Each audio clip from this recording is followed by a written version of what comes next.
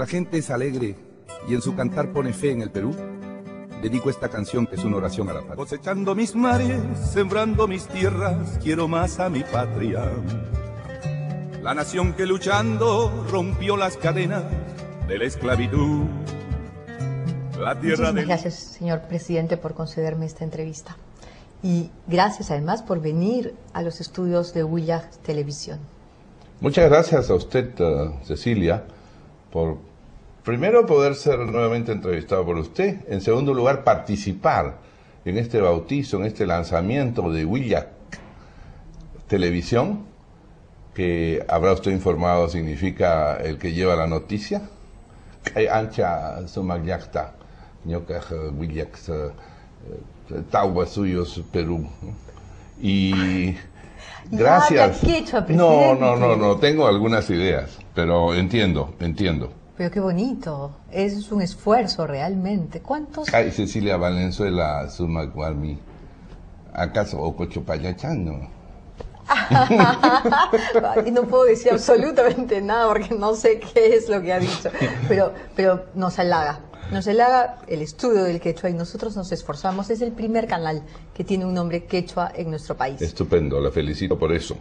La felicito por eso porque desde el nombre y el periodismo investigativo que usted ha hecho siempre y en el que ha dado lecciones a muchos periodistas, creo que es muy importante que el nombre mismo sirva como símbolo de identidad y estoy seguro que tendrá mucho éxito en las campañas que seguramente realizará y de las que yo no quisiera ser objetivo. Pero espero que tenga muy buena mano porque usted está bautizando realmente esta inauguración. Como se dice en Colombia, tengo buena espalda. Cuando lo invitan a la apertura de un restaurante, tiene buena espalda aquel que participa y en los días sucesivos van muchas personas como clientes. Yo estoy seguro que muchas personas van a ver, no porque he venido yo, sino porque Cecilia Valenzuela tiene un nombre ya muy ganado. Muchas gracias, presidente. Y ahora déjeme hacerle mi primera pregunta. Hoy es 28 de enero y le quedan a usted en Palacio de Gobierno 6 meses, es decir, usted tiene chamba garantizada los próximos 6 meses. Después, ¿a qué se va a dedicar? Yo creo que después de muchísimos años de vivir para la política, creo que haría bien en vivir hacia adentro de mí mismo, vivir un poco para mí mismo, para reconstruir temas que he dejado pendientes.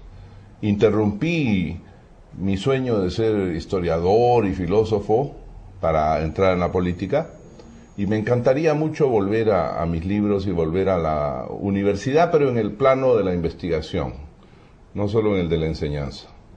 ¿Y va a poderse alejar del quehacer político nacional o lo va a hacer fuera del Perú? Porque algunas personas terminan sus periodos, algunos expresidentes, y se van no solo del Perú, se van de los países de América del Sur y se alejan y luego vuelven y quieren reconquistar el poder. ¿Cómo va a ser usted? No, yo soy muy cholo, muy peruano.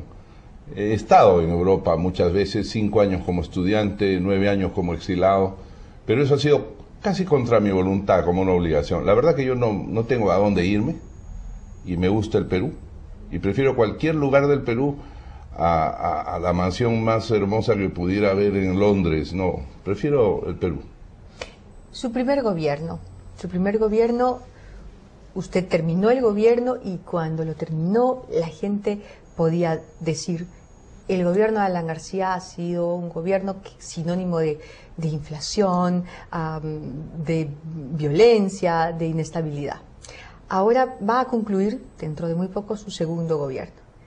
¿Cómo quiere usted que la gente diga, se refiera, piense sobre su segundo gobierno? ¿O cómo cree usted que la gente se va a referir a este segundo gobierno?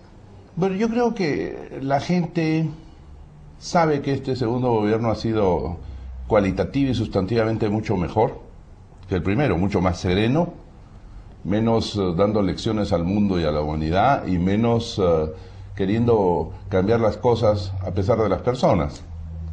Creo que sabe que en términos materiales y concretos se ha hecho bastante Ciertamente todos los gobiernos tienen que tener un punto débil, lo tienen.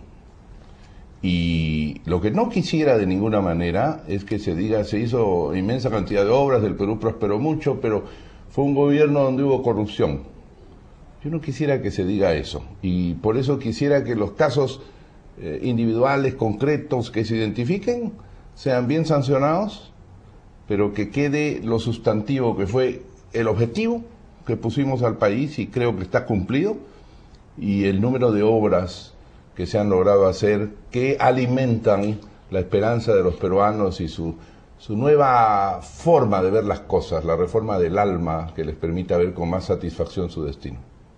De las políticas que usted ha implementado, ¿cuáles deberían o no se puede desarticular? ¿Cuáles de las políticas que usted ha puesto en ejecución, el que gane en las próximas elecciones no debe ni puede desarticular?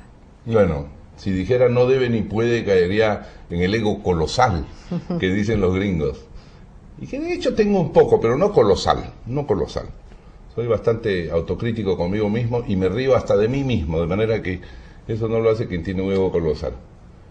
Yo creo que algunas políticas son sensatas, necesarias y han sido útiles en estos años. La descentralización es lo primero. Tiene muchos defectos, muchos problemas, no todos son muy buenos entre los ejecutores de la descentralización, pero el producto ha sido excelente en cuanto a las obras y a la participación de la gente.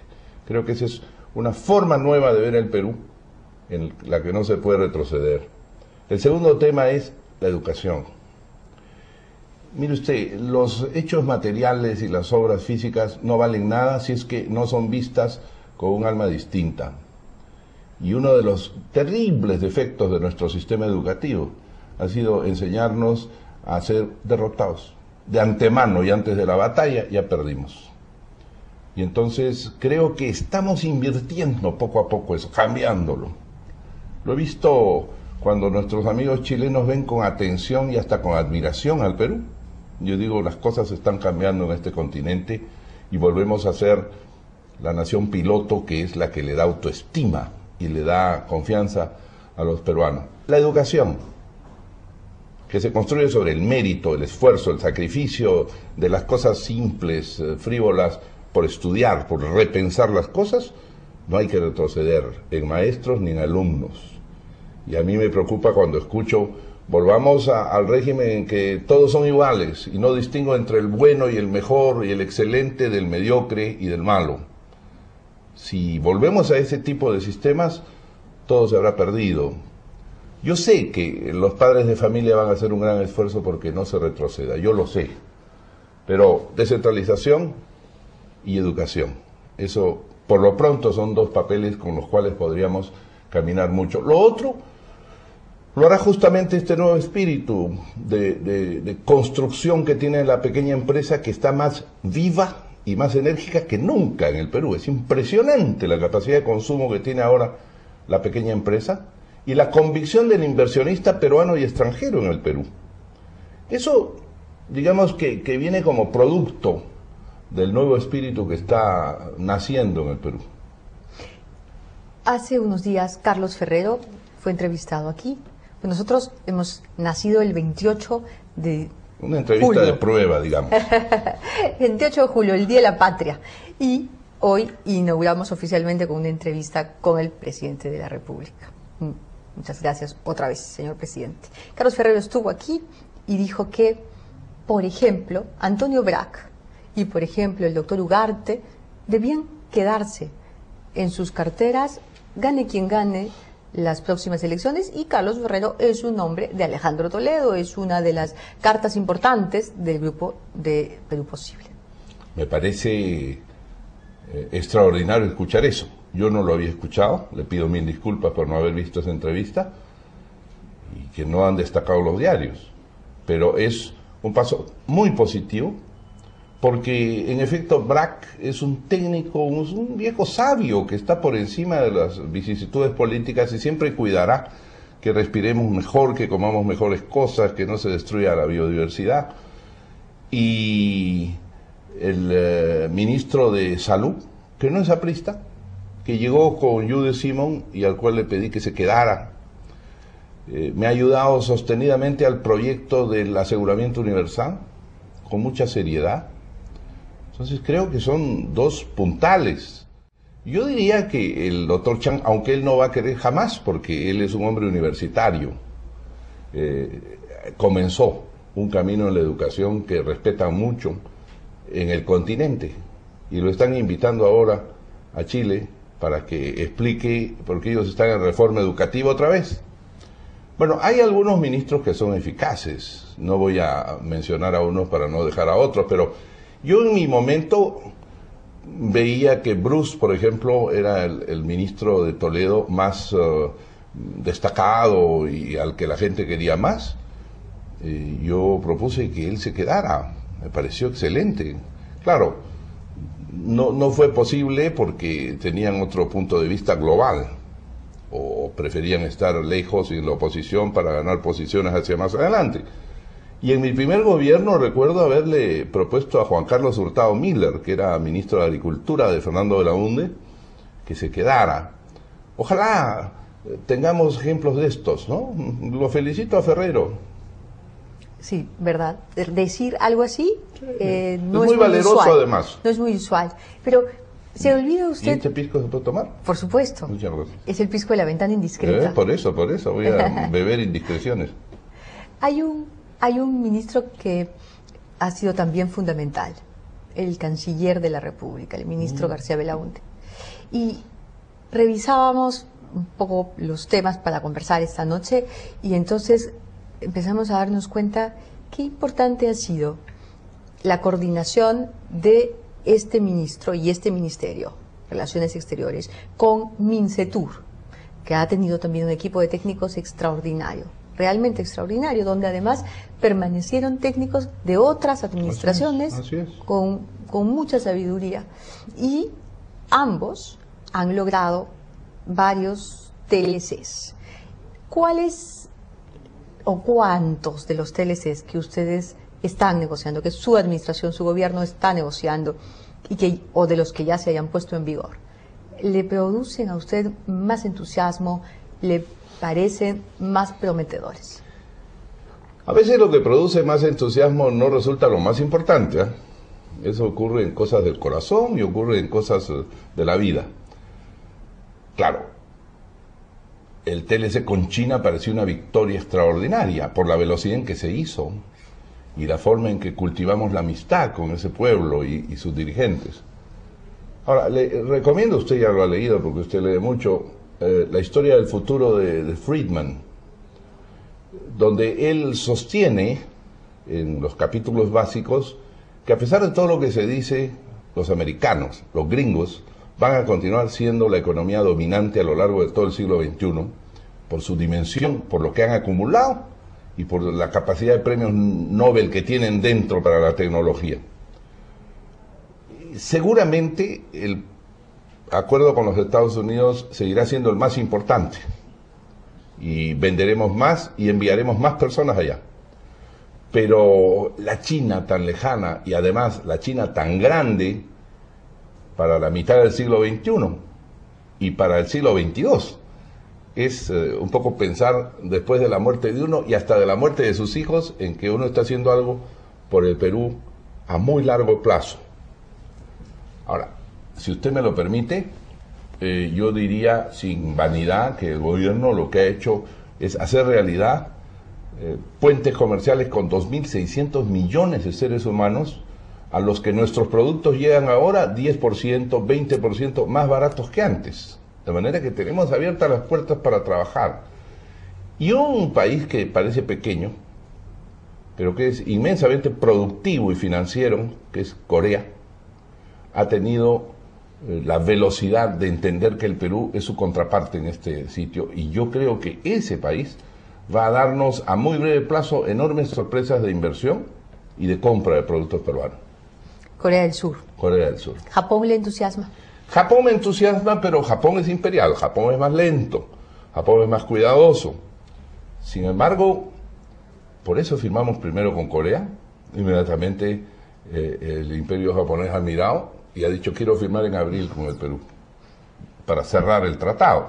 Lo importante es que antes Chile tenía respecto de nosotros una inmensa velocidad de apertura a otros pueblos y tratados comerciales, que es un reconocimiento de esos pueblos de que un país como Chile antes y ahora el Perú es un país serio, responsable, con el que puede hacer un tratado de muy largo plazo.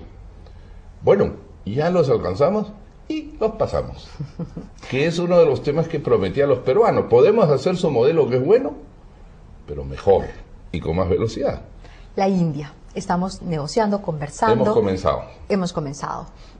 La India, la mayoría de peruanos podría decir, uy, pero en la India hay mucha gente pobre, ¿no? O sea, ¿para qué nos serviría un acuerdo comercial, un tratado de libre comercio con la India? ¿Qué les dice a esos peruanos que todavía pueden tener la visión de un país deprimido cuando piensan en la India? ¿Y por qué no? Muchos pueblos podrán pensar que nosotros somos o seguimos siendo un país deprimido.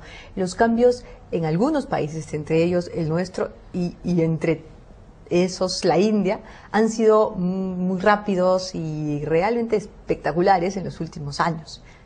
¿Cómo les explica usted a esos peruanos por qué ese mercado, por qué ese país nos puede resultar una extraordinaria ventaja? Por lo siguiente, primero hay que ver el mundo de otra manera. En ese momento todas las instituciones internacionales, todas, en la mayoría de los temas que caracterizan una sociedad y una economía, dicen que el Perú es el primero, el segundo o el tercero en el mundo. No entre la vecindad de 4 países latinoamericanos, en el mundo.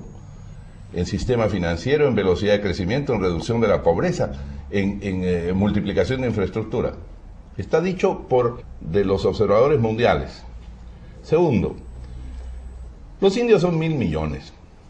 Si cada indio come un racimo de uvas peruanas una vez a la semana, el Perú entero no sería suficiente para cultivar uvas para ellos. Traslade eso a minerales, traslade eso a textiles finos. La clase media y alta de la India no usa el algodón de fibra corta que usan ellos, ni usa jamás la vicuña, ni la alpaca, ni el guanaco fino, que es muy bueno y lo recomiendo. Sino esa clase media y clase alta puede tener 200, 300 millones de personas. Sería insuficiente toda nuestra textilería solo de ponerles una chompa a cada uno de ellos. Una chompa fina, que es una chompa peruana. De manera que, además, deben considerar los que dudan de la India que en realidad hay 2 Indias. Cuando se hizo la independencia de la India, estaba el Mahatma Gandhi, un corazón amplísimo, un santo, el gran apóstol, y él quería que todos a la vez avanzaran, hasta el último de los indios, el más humilde. Pero al lado tenía un estadista que se llamó Nehru, y él se dio cuenta, si intento hacer avanzar a todos al mismo tiempo, nadie avanza. Voy a escoger, de los 600 millones que eran en el año 48, voy a escoger 50 millones, que es un montón, 2 Perúes de ahora. Y con ellos voy a construir una India dentro de la otra India, con satélites, con bomba atómica, con construcción de aviones, navales, etc. La India es una potencia tecnológica enorme, hace genética, hace transgénicos, ha multiplicado su agricultura, produce automóviles, ahora ha comenzado a producirlos para todo el mundo. Hay una compañía, la Tata Industries, que es una de las más grandes del mundo, y es de la India, y seguramente su dueño se viste con un sari, con una tela, y uno diría, uy, qué pobre está este, en apariencia. Este tipo tiene más dinero que el Perú junto. De manera que la India es una potencia con la que debemos contar. Si ya tenemos con Estados Unidos, con Europa, con China, con Japón, con Corea, con Canadá, con Tailandia, con Singapur, hombre, la India es una suma de 1.000 millones de seres humanos y tendríamos ya casi la totalidad de la humanidad. Ahora hablemos de cifras. Las cifras últimas son alentadoras. Más que alentadoras, estamos en azul. Somos un país en azul. Pero ese azul lo sentimos en las ciudades, en el campo, en las zonas pobres, no lo sienten, no lo ven, y a veces, en algunos casos, más bien ven mucha violencia. Más que sus cifras, sus vidas se tornan rojas, pero rojas por la violencia. Y le estoy hablando de la zona del BRAE, por ejemplo, le estoy hablando de la zona donde la amapola ha empezado a convertirse en un cultivo casi, pero no solo rentable, sino extendido, ¿no?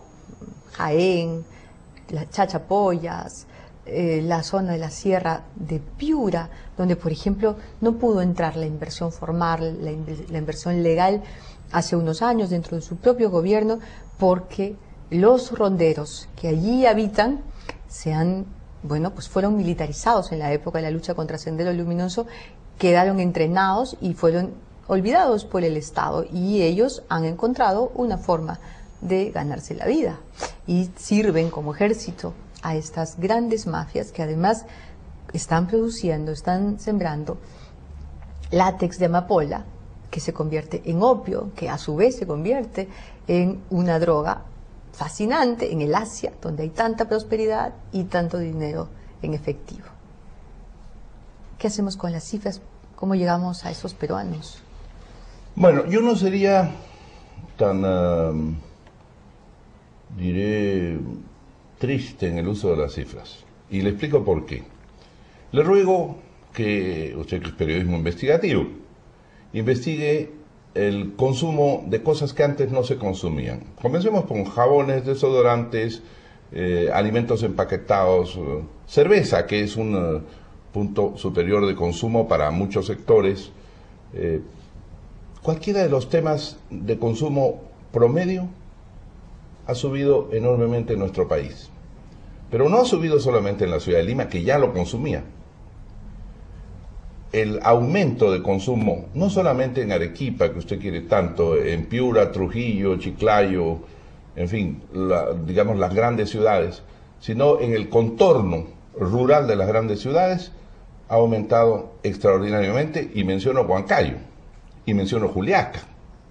En segundo lugar, si usted investiga a los bancos, ¿cuál es el movimiento de sus agencias bancarias en las provincias de los departamentos serranos? Usted verá que hay un fenómeno de utilización de dinero y de mayor cantidad de dinero en todos esos lugares que lo que había antes. Es decir, lo que estoy queriendo explicar es que el crecimiento llega forzosamente a todos, porque una industria tiene que venderle a alguien y genera empleo, y sus empleados compran a otras empresas, pero también tienen que vender en otros lugares. Eso es lo primero. En segundo lugar, hay evidentemente bolsones en donde todavía la pobreza es fundamental. ¿Pero por qué?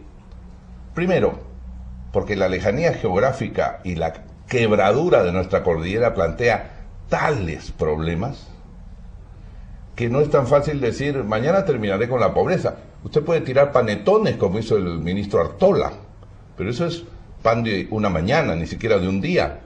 Usted puede mandar dinero a esa gente mensualmente, pero cuando el gobierno termine se quedará tan pobre como antes. Lo que necesita es una carretera, y la carretera se hace en muchos años.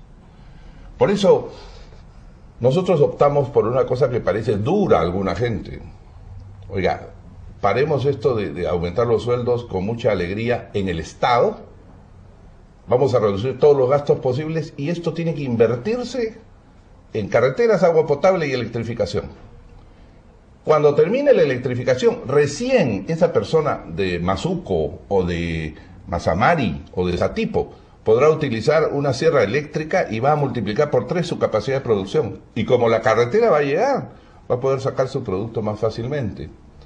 Yo sí reivindico, el gobierno no pierde el tiempo, lo que pasa es que no se dedica a hacer asistencialismo. Eso no sirve para nada, el asistencialismo, es un engaño, demagogia. Levantar los sueldos porque sí, demagogia. Lo que necesitamos es hacer carreteras y darle electricidad a la gente para que produzca más, pueda guardar sus frutos al frío y ya no los pierde, y los puede envasar y mandar, cuando quiera, en una carretera que no lo sacude. 10.500 kilómetros de carreteras asfaltadas hasta hoy. Acabo de entregar hasta Chincha. En segundo lugar, y la voy a invitar a la fiesta, y por favor vaya, 10.000 pueblos electrificados con 3.400.000 habitantes. Eso sí merece una fiesta del Perú. Más que un partido de fútbol que se ganó. 10.000 pueblos que no tenían luz electrificados. Todos esos, a partir de ahora, pueden comenzar a tejer con una máquina eléctrica. 10 veces más rápido que lo que traía la señora que venía tejiendo y creía que iba a poder subsistir con eso. Bueno, para nuestros mercados en la India, en China, en Estados Unidos necesita electricidad, donde se están haciendo hasta nuestros bienes más humildes, las chompas, por ejemplo, ¿no? De manera que la economía, cuando tiene carreteras, electrificación, agua potable y inversión, comienza a llegar a todos. Tenemos un problema geográfico. Ahora, el segundo problema es algunos bolsones donde no entra nadie porque están unos terroristas, narcotraficantes, y entonces tampoco es tan fácil de decir, claro, tire una bomba atómica y mata a todos los terroristas y a 100.000 personas más, claro, y después a la cárcel, a Alan García, ya conozco ese truco. Oiga, tranquilidad, despacito, paciencia, porque eso de decir, ¿por qué no bombardean con todos los aviones que tengamos y las bombas que todavía existen? Sí, gracias, hágalo usted si quiere, yo no. Tranquilidad. Y poco a poco, y ya ganamos localizándolos, evitando que salgan desde donde están en el BRAE. Ahora, poco a poco se irán cansando, se irán siendo capturados y volveremos a una cierta normalidad, pero mientras estén allí, hacen una economía de droga y son ellos los que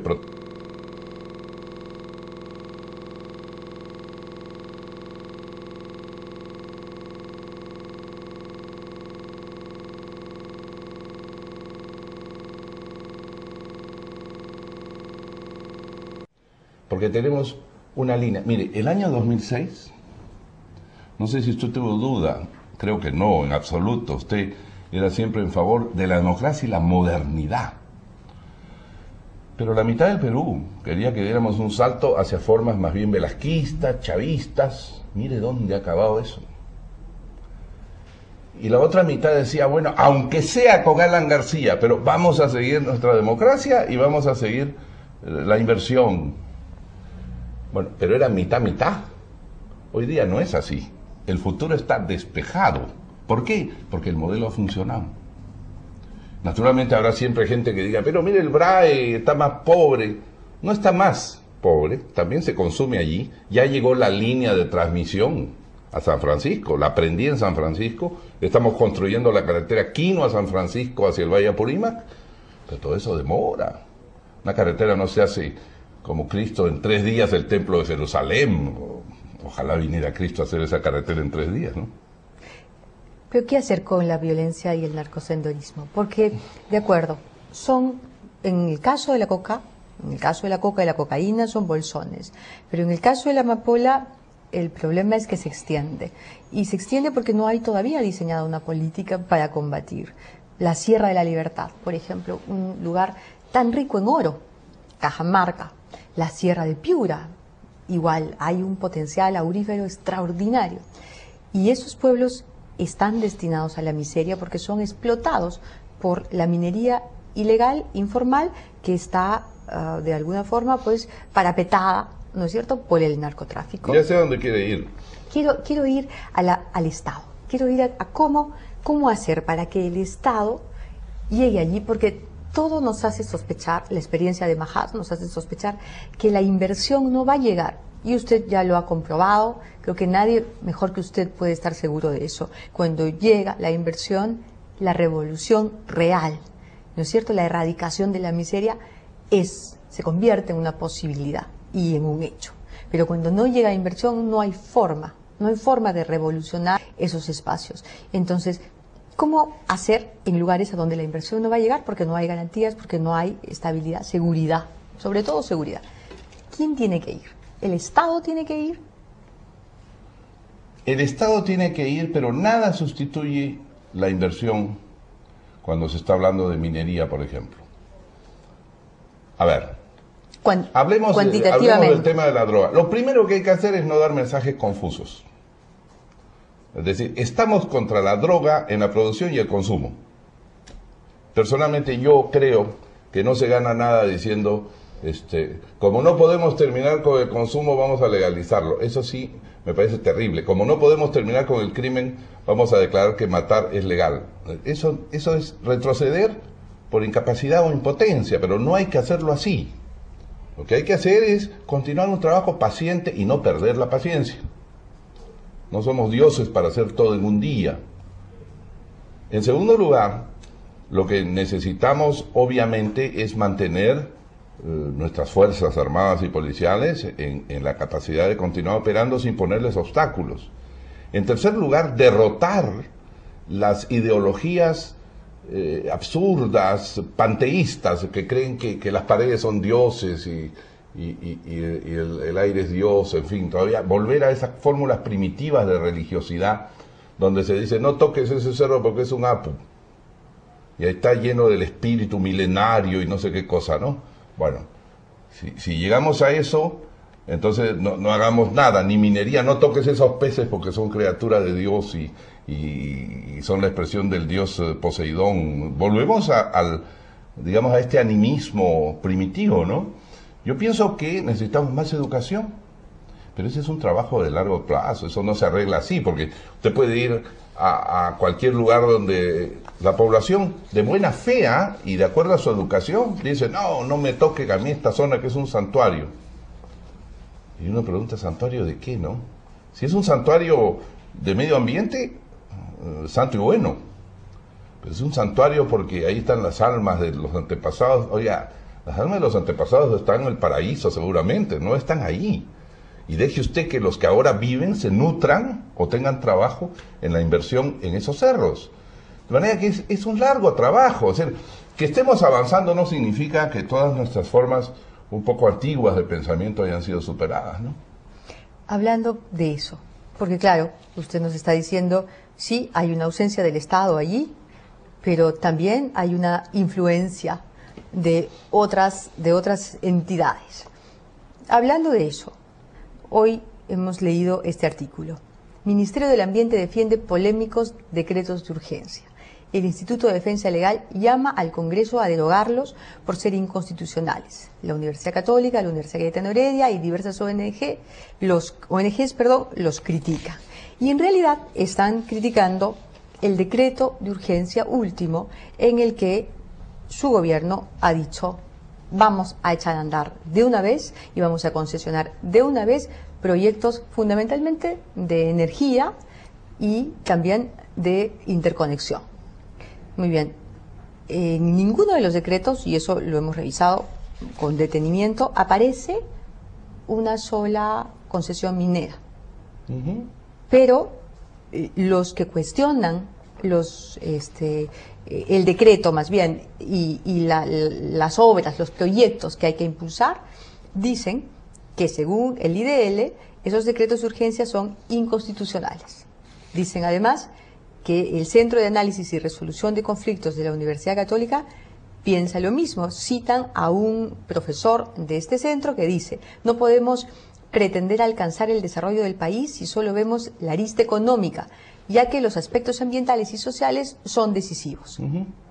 Bien, también critican, en fin, los decretos, la Sociedad Peruana de Derecho Ambiental, y dicen que este es un problema que afecta el espacio, la cultura ambiental en nuestro país.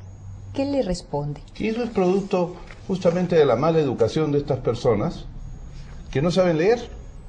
El primer problema en la educación peruana es que las personas, los niños leen y no pueden después explicar lo que han leído.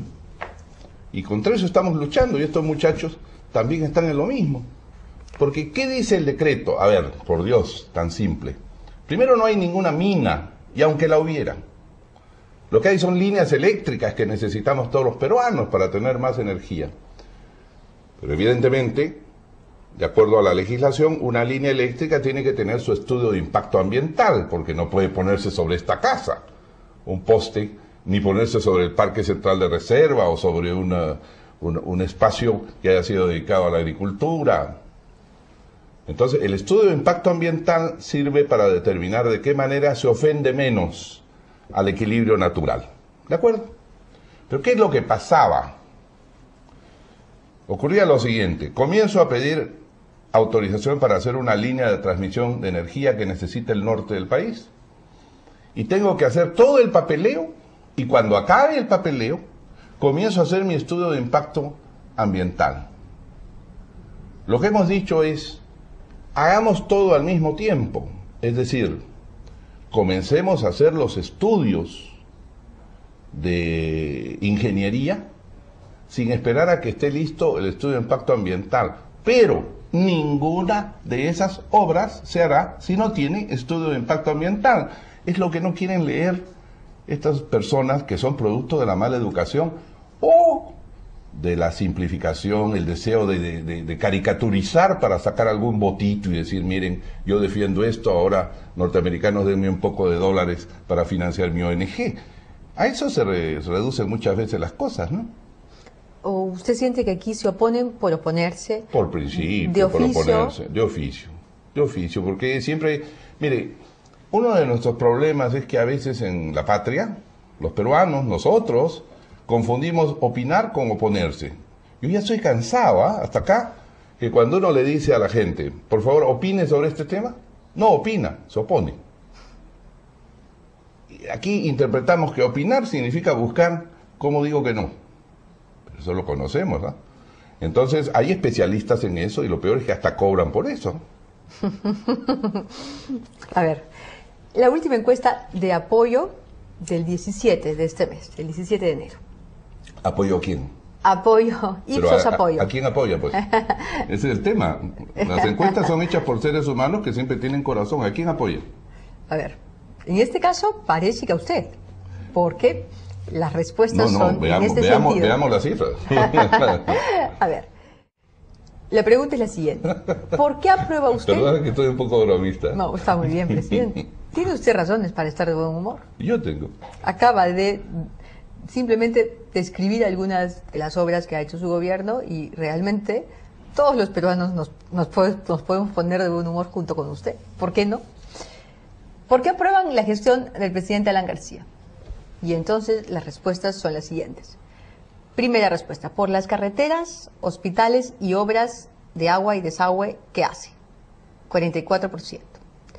Porque está trabajando para mejorar la educación, 39%. Por el buen manejo de la economía, 37%. Porque no comete los mismos errores de su primer gobierno, 35%. Ay, felizmente. Porque hay más trabajo, más oportunidades, 27%. Por la promoción de la inversión privada, 27%. Por su política internacional, 23%. Porque combate la pobreza y ayuda a los más pobres, 21%. Por los avances en la lucha contra el narcotráfico, solo 10%. Por su reciente respaldo a la alcaldía de Susana Villarán, 6%. Eso está muy bien, hay que tratar bien a la vecina Uy, para uy, que uy. Lima sea mejor, Uy. por el bien de todos nosotros. Y ahora vamos.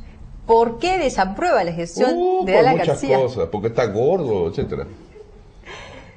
Porque los precios están subiendo, 54%. Ojalá tuviera yo la varita mágica para bajar el precio del petróleo mundial. Me encantaría. Ahora que vienen los árabes, voy a convocar a los opositores, a los candidatos, a ver si convencen a los árabes que el barril de petróleo baje de $90 a 60 y entonces baja la gasolina, baja todo.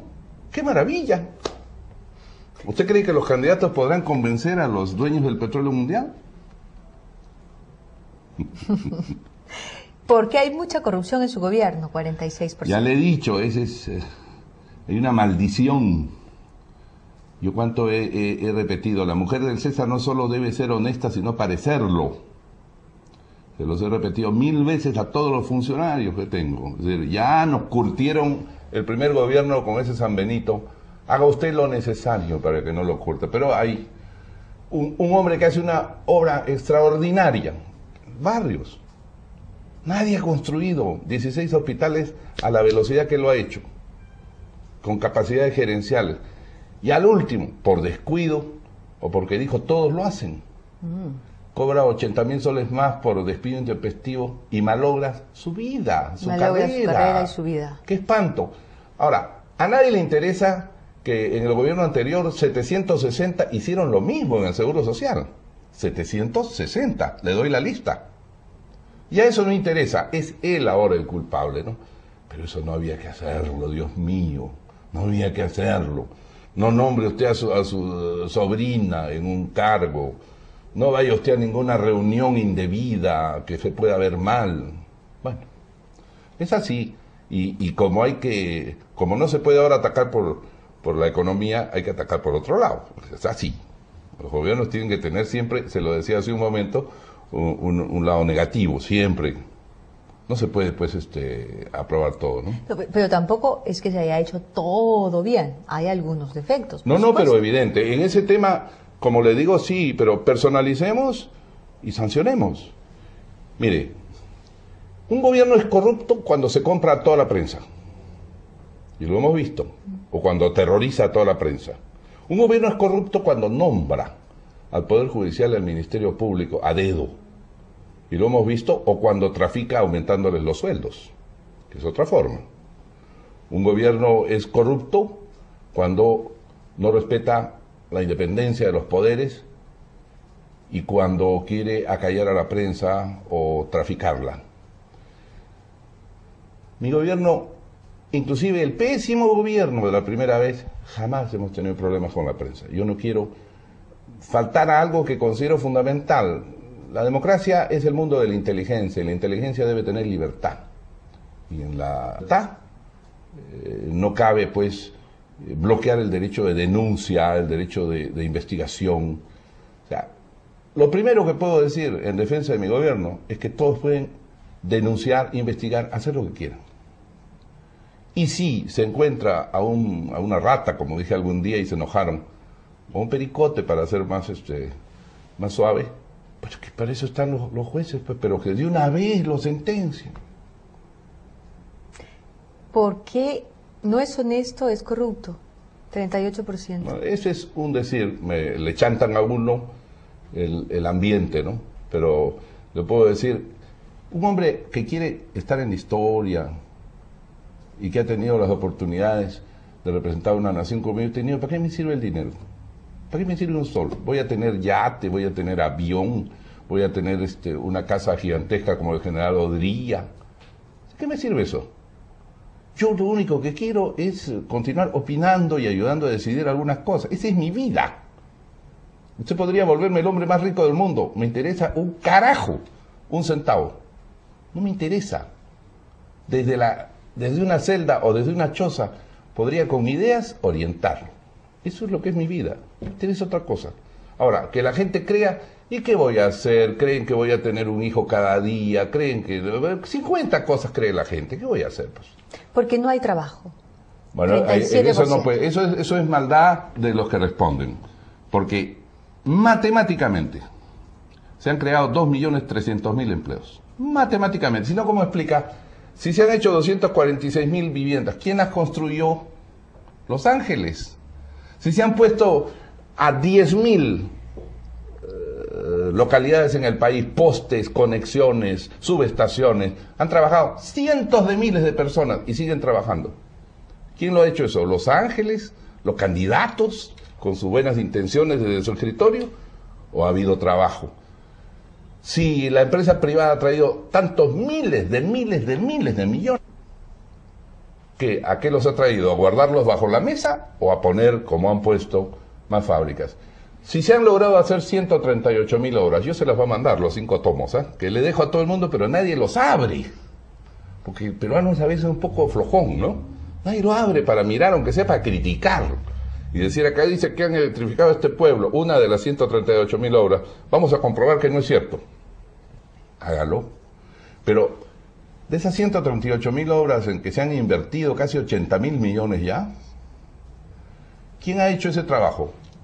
Ha habido trabajo. 2.300.000 empleos.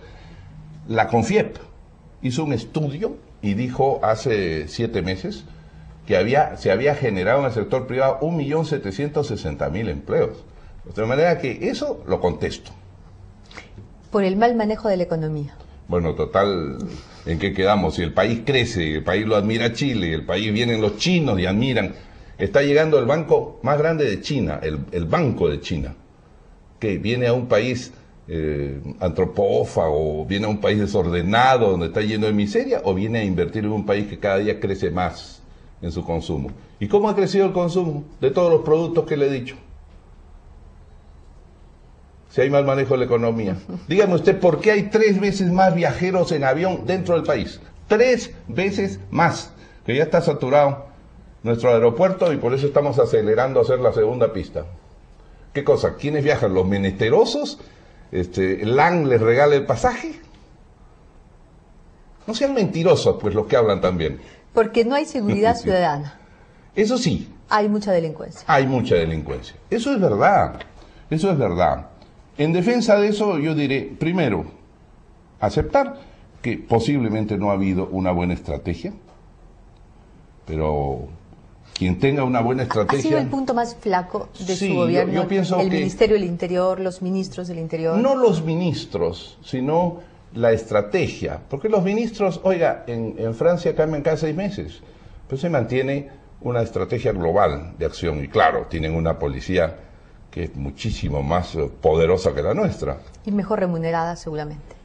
Mejor remunerada, pero trabaja todos los días, no 24/24, porque aquí cierto presidente inventó que para no aumentar el sueldo lo mejor era trabaja un día y no trabajes mañana y te consigues una chamba afuera, ¿no? Esa es una forma, yo diría, pericotil y demagógica de aumentar el sueldo a la gente. Anda, trabaja en otro lado. Pero es verdad que nuestro per cápita de policías era bajísimo. Yo dejé 130.000 policías del 90 en el pésimo gobierno que tenía. 130.000. Y me encontré con 90.000 ahora, 20 años después, y con una población mucho mayor en el Perú. Entonces dice, contrate más policías. ¿A dónde? Tiene que formarlos 3 años a los policías. Y eso es tiempo, inversión. Ahora tenemos, ya lo ha dicho el ministro, 13.000 policías más. Y hay que continuar eso, ¿no? Pero también hay que diseñar una política de largo plazo. Usted ha hecho esos diseños en otras áreas, en materia de, por ejemplo, de comercio exterior, en educación. ¿Por qué no en seguridad interna? ¿Por qué no, digamos, usando como eje el Ministerio del Interior? Es posible que yo no tengo un alma de comisario, es posible. Y es posible que no he encontrado quién hiciera esa estrategia, ¿no? Ese es un punto débil, yo lo reconozco. Ahora, es posible también que cuanta más riqueza tiene un país, por ejemplo, mire pues, cuando llegué al gobierno había 4 millones de celulares en las calles, hoy día hay 28. De manera que es más fácil robar 28 millones de personas que tienen un celular, arranchárselo en el paradero del ómnibus, que a 4 que antes lo guardaban aquí porque parecía un tesoro, ¿no? Bueno, lo mismo ocurre en otras cosas. No, eso es verdad, que el crecimiento trae también un problema. Un problema de delincuencia en las grandes ciudades. En Washington, por ejemplo, uno camina y de pronto un helicóptero va casi al ras yo leí un libro del suelo buscando a un delincuente que está huyendo, claramente. Leí un libro de una persona. La percepción es muy aguda. La percepción, ¿por qué? La sensación térmica. Bueno, en eso la alarma social y también la prensa sirve, ¿no? Pero cuando usted lee el libro, por ejemplo, del señor Gino Costa, sobre la seguridad, se entera con asombro que Lima es la tercera ciudad menos insegura de América Latina. Pero parece que viviéramos en Beirut del bombardeo. ¿Por qué? Caracas tiene 10 veces más asesinatos y robos y secuestros que Lima. Bogotá, a pesar del enorme esfuerzo del presidente Uribe, está muy por encima en delincuencia. Solamente Santiago y Buenos Aires están abajo de nosotros. Sao Paulo, Río de Janeiro. Claro, la percepción. Usted me dirá, sí, pero la gente dice. Sí, pero no es exactamente como es el mundo en realidad, ¿no? Sin embargo, reconozco que ese es un tema en el cual hemos tenido, digamos, falta de un modelo que diera resultado. Se compraron los patrulleros, se compraron las radios, hay más policías, pero todavía no la chuntan, como dicen, ¿no? No la chuntan. En algún momento se chuntará, pero De todas maneras, creo que el actual ministro está haciendo un excelente trabajo. Creo que las cosas serían mucho peores si no hiciera ese trabajo. Pero reconozco que en la percepción, en la sensación térmica, a las personas les molesta pues que le estén robando sus cosas y lo cogoteen en la esquina, ¿no? O que asesinen para asaltar, ¿no? Claro, es a verdad las 12 que eso del día. es verdad. Hemos dado el Código de Procedimientos Penales que se está aplicando ya en más de la mitad del país para que a esta gente se le condene rápidamente y además están bloqueados y privados de beneficios todos estos asesinos, ¿no? Violadores. Pero también tiene que ser un esfuerzo, Cecilia, tiene que ser un esfuerzo de la sociedad.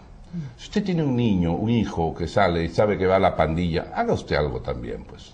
A usted como madre, a usted como padre.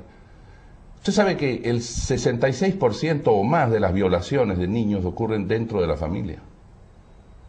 ¿Qué puedo hacer yo? ¿Entrar a la cama del padre violador?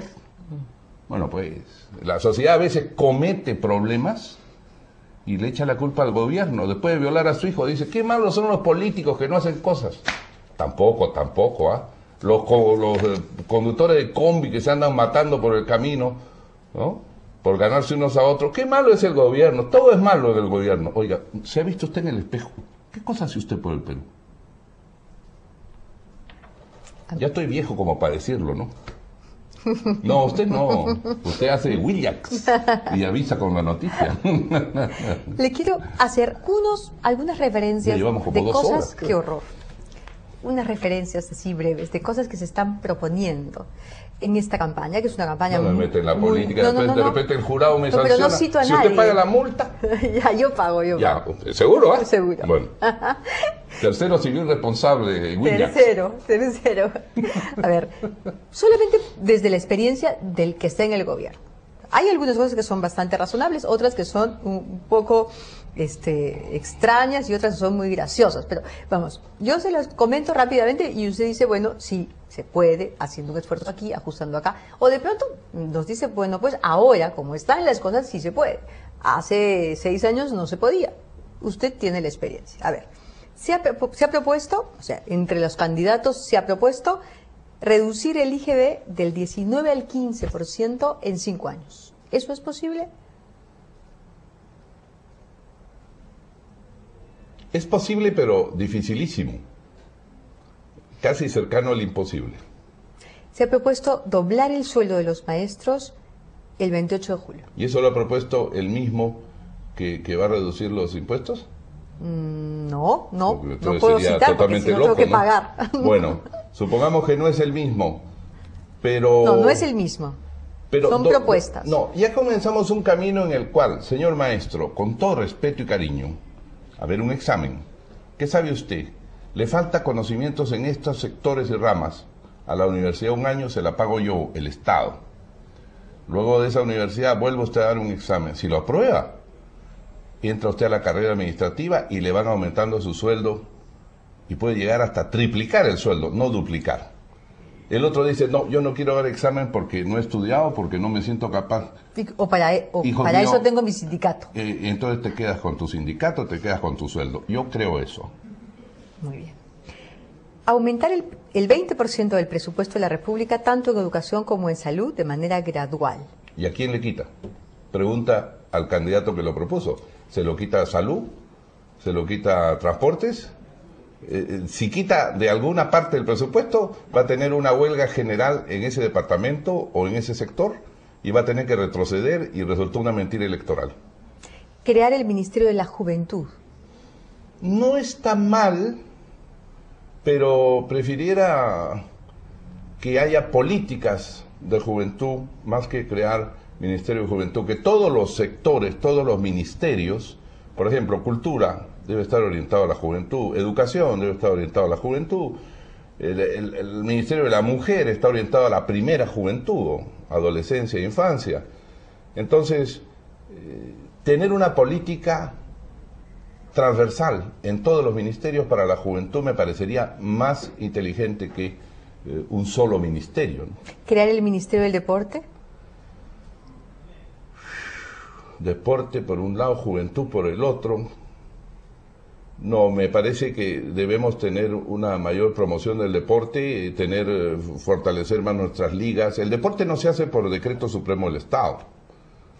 El Ministerio de Vivienda, el Ministerio de Educación pueden hacer más estadios, pueden hacer más canchas deportivas, promocionar nuestros deportistas cuando salen al extranjero, pero por decreto supremo no se dice vamos a ser campeones del mundo, eso lo veo mal. Eso es fundamentalmente un tema que nace desde la sociedad, ¿no?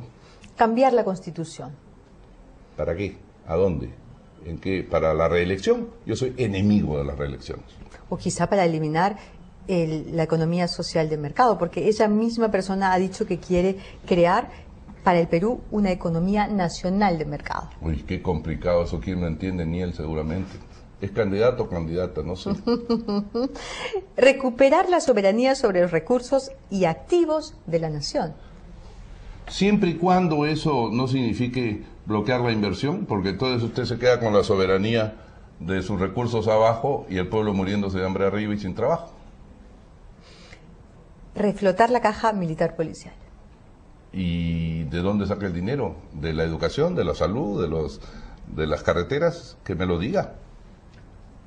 2,5 millones de puestos de trabajo en 5 años. Es posible. Ya le he dicho que hemos hecho 2.300.000. Pero para eso hay que mantener ciertas cosas básicas. Seguridad para el que invierte.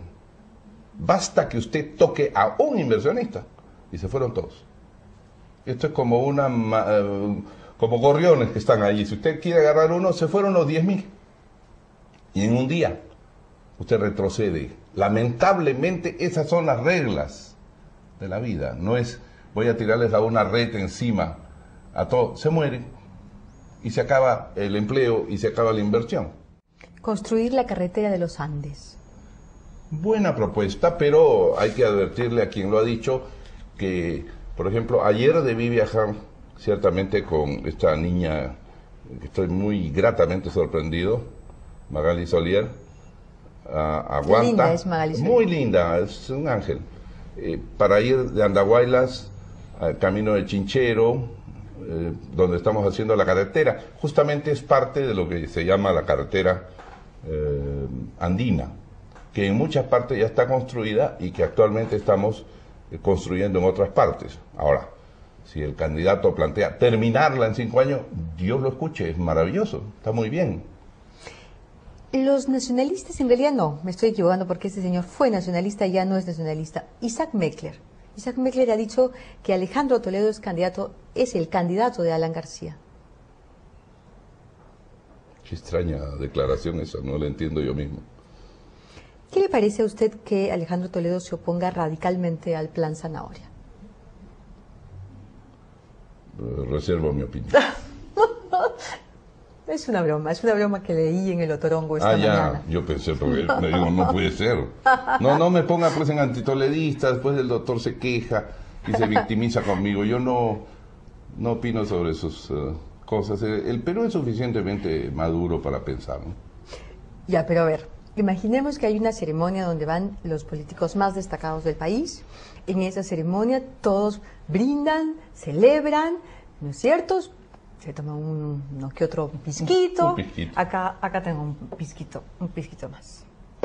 ¿Qué tal? Usted no tomó nada. No, pues yo tengo que hacer las preguntas. Porque el esposo está al frente. También. Bueno, se toman unos pisquitos y luego salen. Salen para irse a sus casas. ¿Usted estaría de acuerdo en que el expresidente Toledo sea el amigo elegido? ¿Por qué no? ¿Usted se dejaría conducir? Yo creo que sí.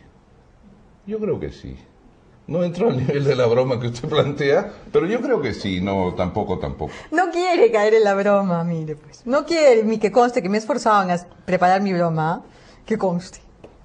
Viene el aspa, presidente, ya lo voy a soltar y usted ya debe estar odiándome, pero viene el aspa. Esto es imposible de odiar. Muchas gracias. A pesar de que el 2001 me hacía unas preguntas terribles, ¿no? No, sí. Pero es imposible de odiar. Sí. Y finalmente no odio ni tengo rencor a nadie. Viene el aspa, presidente. Viene el aspa. Estamos encantados en el Perú. Es una novedad enorme. Vienen los mandatarios del mundo árabe. Pero a la vez ocurre que hay una crisis política muy seria en el mundo árabe en este momento. Bueno, pues Túnez primero, Egipto, Líbano. ¿Eso nos va a perjudicar? Los mandatarios están de pronto diciendo que no van a venir, han suspendido algunos. No hasta el momento. Yo imagino que en este momento hay una especie de insurrección. No quiero opinar sobre el fundamento de la insurrección. Pero estamos cruzando los dedos, digamos. Sí, claro, un poco egoístamente uno dice que la insurrección se demore para que no dejen de venir los mandatarios, ¿no? Pero yo imagino que hay varios mandatarios que están sólidamente ubicados y que no van a tener problema en venir. Y hablando de mandatarios, su relación con el presidente Hugo Chávez, digamos, siendo usted candidato, pues fue muy tensa. Espantosa. Espantosa. Luego usted supo llevar muy bien la cosa. Y él también. Sí, pero luego usted le quitó pues el protagonismo, sobre todo con UNASUR. ¿Se lo perdona o no? Sí. Oiga, lo cortés no quita lo valiente. Uno puede ser un antagonista político, uno puede ser un juez que mañana lo va a condenar a muerte al otro, pero a las personas hay que saludar, a las personas hay que sonreír y todos participamos del sentido de humor respecto a las cosas. De manera que si usted viera mi relación con Hugo Chávez, donde me encuentro con él, yo le expreso simpatía. Me permito a veces decirle, ten cuidado con estos temas. Pero él tiene su camino, tiene su punto de vista, ¿no? También tiene su ego. ¿Le dolió mucho que apareciera ese Wikileaks donde decía el embajador, el embajador norteamericano, McKinley, fue verdad? Decía que usted tenía ese ego colosal. ¿Le dolió? ¿Le fastidió? No, me hizo mucha gracia. Y me hizo mucha gracia porque justamente es lo que dice la gente. El presidente es vanidoso, el presidente es sobrado, el presidente cree que sabe mucho, ¿no? Si la gente... ¿sabe cuál es el problema? ¿Qué culpa tengo de medir 1,92 m? Entonces dice, se cree que está por encima de todo. Nos mira por encima. Sí, bueno, pues es así, pues es la vida. Pero le juro que me hizo mucha gracia, le juro por Dios que me hizo gracia y hasta ahora lo repito a veces en discursos ante las personas, le dice, como yo tengo un ego colosal, según dicen los americanos, y ahora ha resultado que los americanos se han vuelto la palabra canónica, es decir, infalible, lo que ellos dicen en su Wikileaks, eso es, ¿no? ¿Sabe qué es lo que me preocupa del incidente de los Wikileaks? No son las informaciones bastante idiotas que pasan, ¿no? Sino, ¿cómo es posible que estas personas que tienen en sus manos las bombas atómicas sean tan bobos de ser perforados por un hacker? Quiere decir que ese hacker en cualquier momento desde su computadora se mete, aprieta un botón y genera un conflicto mundial. Entonces, eso significa que Dios nos recuerda siempre, por más fuerte que te creas, no eres más que polvo. A los generales victoriosos que llegaban a Roma con sus legiones y los esclavos encadenados, les ponían un esclavo al costado que le decía, recuerda que eres mortal, recuerda que eres mortal. Wikileaks les recuerda a mis amigos americanos, a los que quiero bastante, que son mortales nomás, por más poder y por más bonitos que sean, ¿no? Comenzamos la entrevista. ¿Recién? No. La comenzamos y yo le dije, usted terminó su primer gobierno y la gente asociaba su primer gobierno con inflación, en fin.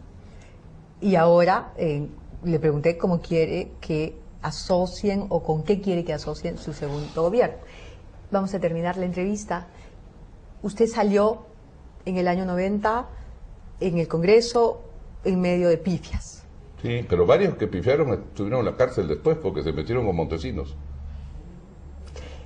Ahora probablemente al salir reciba varios aplausos. No creo. Los políticos son escasos de corazón y les gusta mostrarse como que no conceden nada.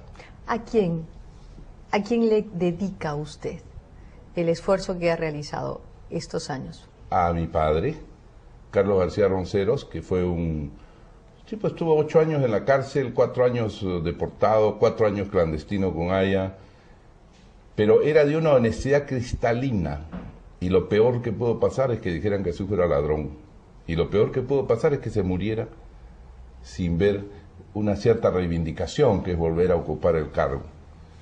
Y entonces, como ese señor luchó tanto por el país, y nunca fue nada, ni regidor de Barranco, nada, nunca ganó un centavo del Estado. ¿No? Una buena lección de los viejos políticos.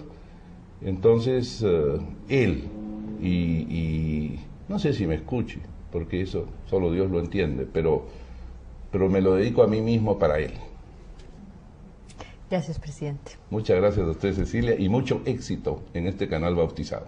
Muchísimas gracias. Buyac. Buyac. Gracias. Para todos. Gracias. Gracias. Vamos a la pausa. Volvemos.